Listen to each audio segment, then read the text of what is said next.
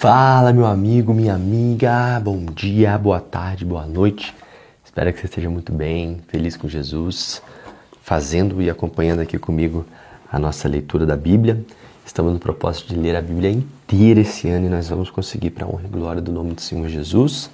Hoje estamos no nosso dia 93, é isso mesmo, pessoal, 93 dias lendo a Bíblia todo dia. Então, dia 93, vamos ler hoje Samuel 4, 5, 6 e 7. 2 Samuel, de 4 a 7. Amém? Então vamos orar e a gente já inicia a leitura. Senhor Deus, Pai Todo-Poderoso, te damos graças e queremos pedir nesta hora a Tua bondade sobre a nossa vida. Queremos, Senhor, nesta hora que o Senhor se revele a nós, que o Senhor fale conosco através da Tua palavra. Senhor, nada é mais importante do que ouvir a Tua voz a partir da Tua palavra, que é a fonte de revelação sobre quem Tu és, Pai. Em nome de Jesus, fale conosco, esteja conosco nessa leitura, nos dando maturidade, intimidade e nos levando um pouquinho mais para mais perto de Ti. Em nome de Jesus, te damos graças por tudo. Amém. Amém. E vamos lá. 2 Samuel, capítulo 4. Quando o rei Esbocete, filho de Saul, soube da morte de Abner em Hebrom, perdeu a coragem, e todo o seu povo ficou com muito medo.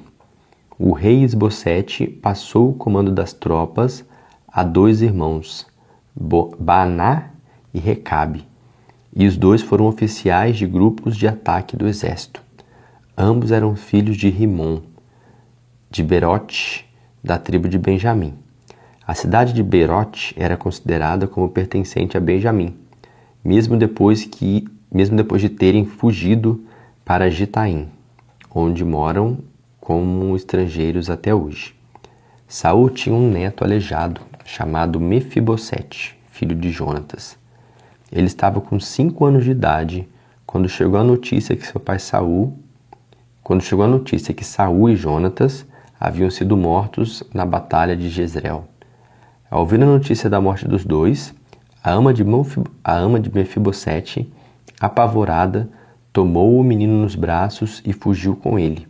Na pressa, ela deixou ele cair e, em consequência disso, o menino ficou aleijado.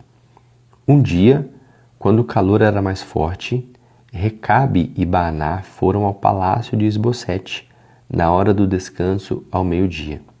Eles entraram na casa como se fossem à despensa em busca de trigo, mas sem serem percebidos, entraram no quarto de dormir de Esbocete e o feriram na barriga, matando-o.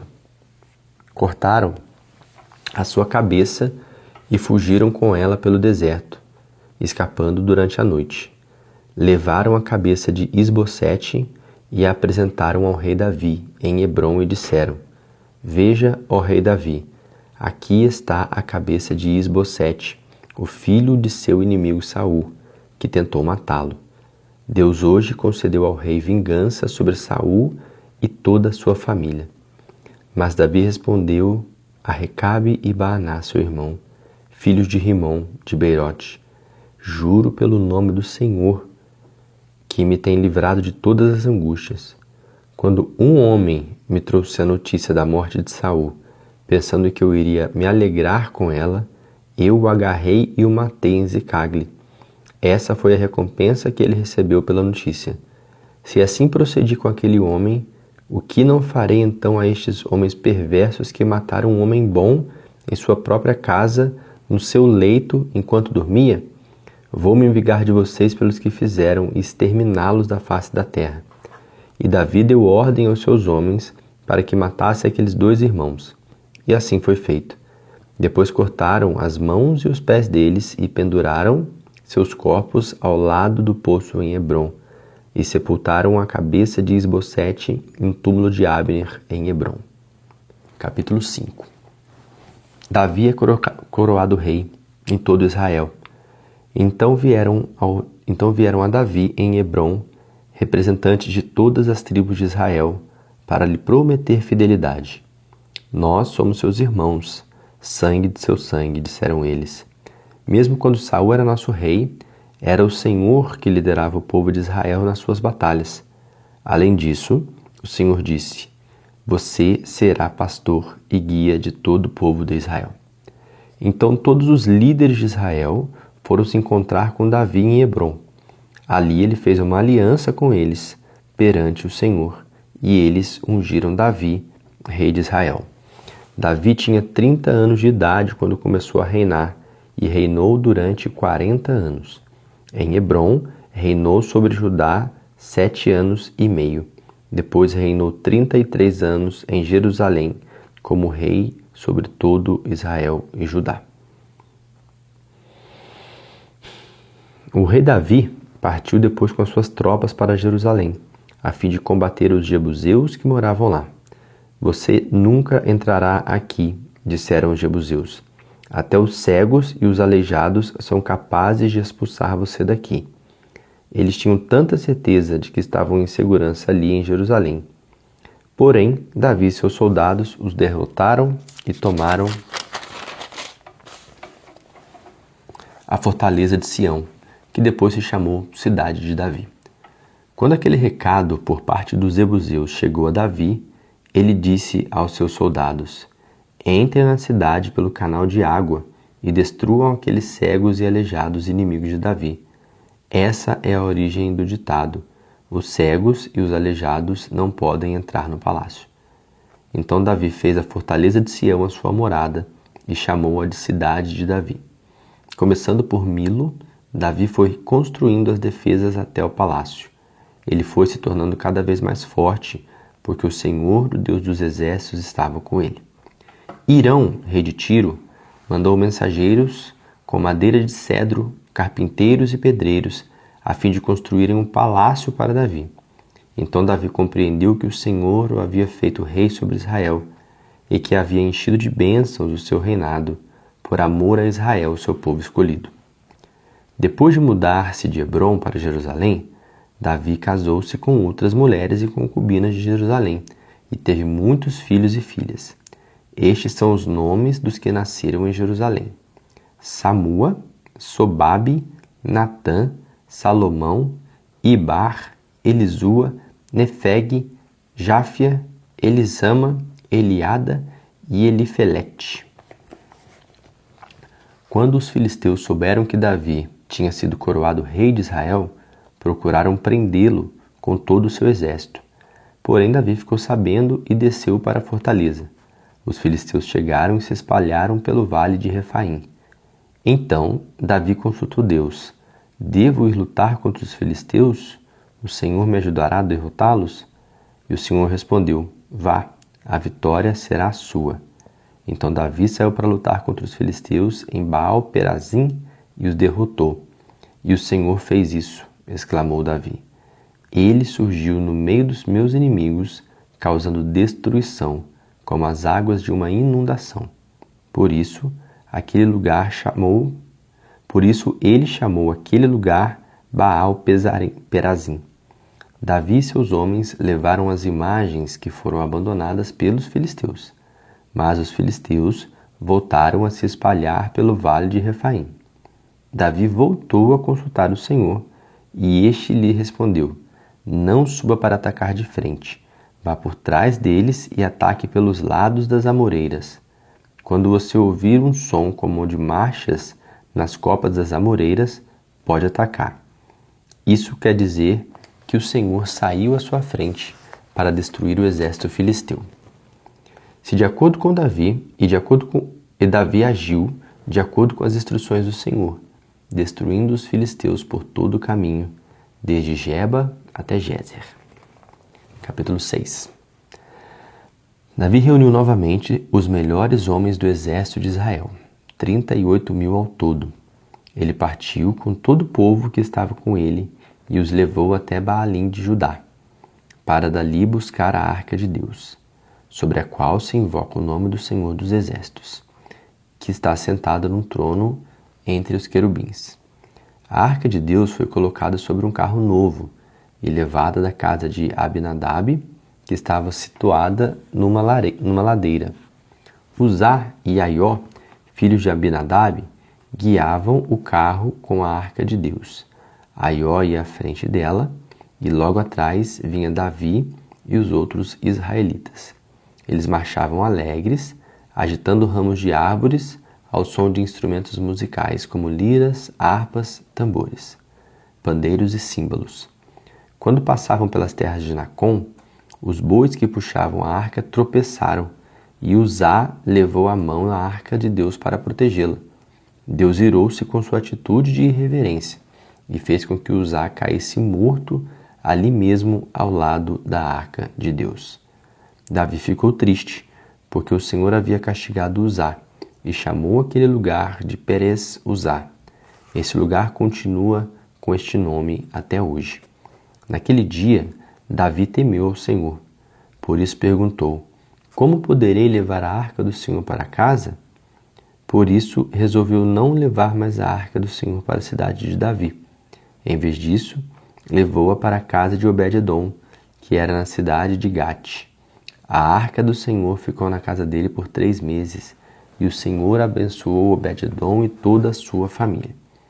Quando Davi soube que o Senhor havia abençoado a casa de Obed-edom e tudo o que ele possuía por causa da arca de Deus, ele resolveu mandar trazer a arca de Deus para a cidade de Davi, promovendo grandes festejos. Depois que os homens que carregavam a arca do Senhor para a cidade de Davi tinham dado 6 passos com ela, eles paravam para sacrificar um boi e um novilho. E Davi, vestido com o colete sacerdotal de linho, dançava diante do Senhor com todas as suas forças, mostrando a sua alegria. Assim, Davi e todos os israelitas transportaram a arca do Senhor para a cidade de Davi, com muita alegria, ao som de trombetas. Enquanto a arca do Senhor entrava na cidade de Davi, com toda aquela festa, Mical, filha de Saul, observava o cortejo da janela onde estava. Ao ver o rei Davi dançando e salteando perante o Senhor, ela o desprezou em seu coração. A arca do Senhor foi colocada dentro da tenda preparada por Davi para esse fim. E Davi ofereceu sacrifícios queimados e ofertas de paz diante da arca do Senhor.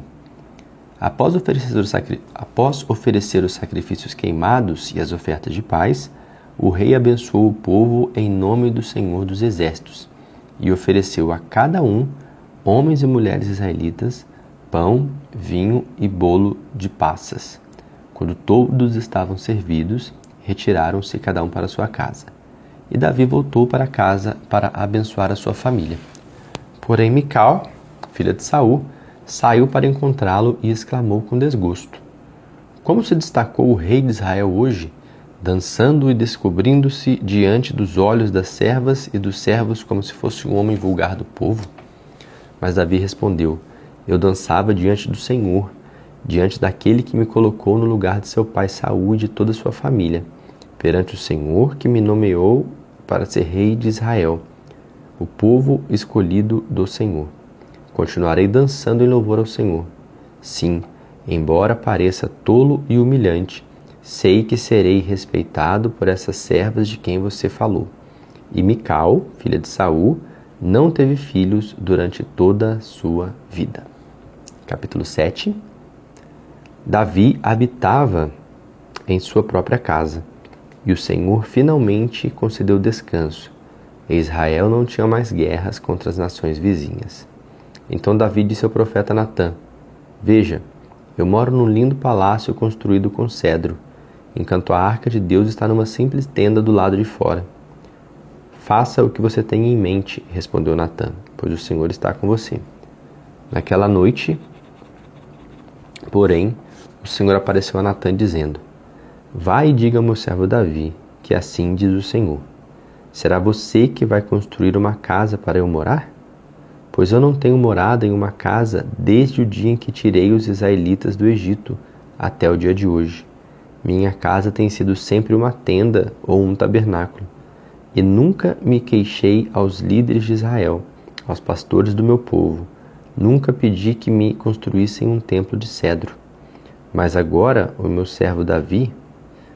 diga ao meu servo Davi: assim diz o Senhor dos Exércitos: eu escolhi você para ser o guia do meu povo Israel, quando você ainda era um simples pastor de ovelhas. tendo estado com você por onde você tem andado. Tenho estado com você por onde você tem andado, e tenho destruído seus inimigos, e o seu nome andará de boca em boca, de tal forma que você será contado entre os homens mais famosos da terra.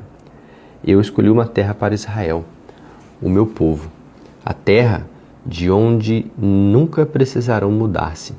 Estarão seguros em suas próprias terras, e jamais serão perturbados por nações inimigas, como acontecia no início. E tem ocorrido desde o tempo em que os juízes governavam Israel, o meu povo. Não haverá mais guerras contra o seu reino, e os seus filhos governarão essa terra por todas as gerações que hão de vir.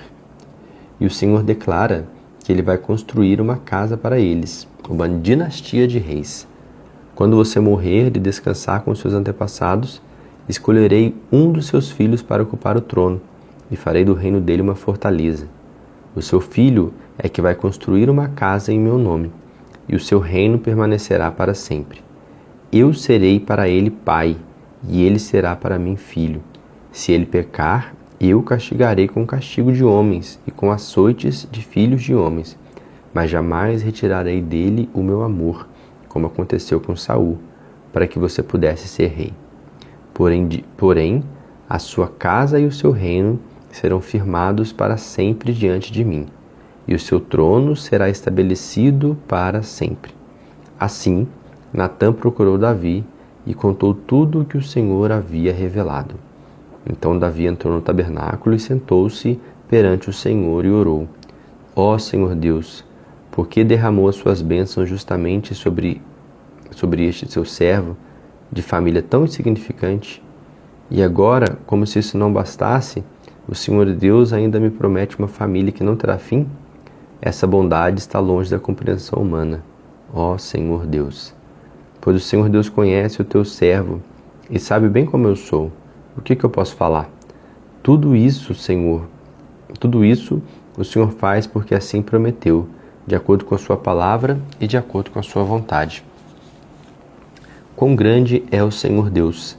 Não há ninguém como o Senhor, nem há outro Deus, senão o Senhor, conforme tudo o que temos ouvido dizer. Que outra nação sobre a terra tem recebido tantas bênçãos quanto o seu povo Israel? A única nação da terra que o Senhor, ó Deus, resgatou para dela fazer o seu povo, e assim fazer o seu nome conhecido. O Senhor realizou grandes coisas e maravilhosas, livrando o seu povo do Egito e dos deuses deles. Livrou-o para que o seu nome fosse glorificado. O Senhor escolheu Israel para o seu povo exclusivo, e o Senhor se tornou o seu Deus.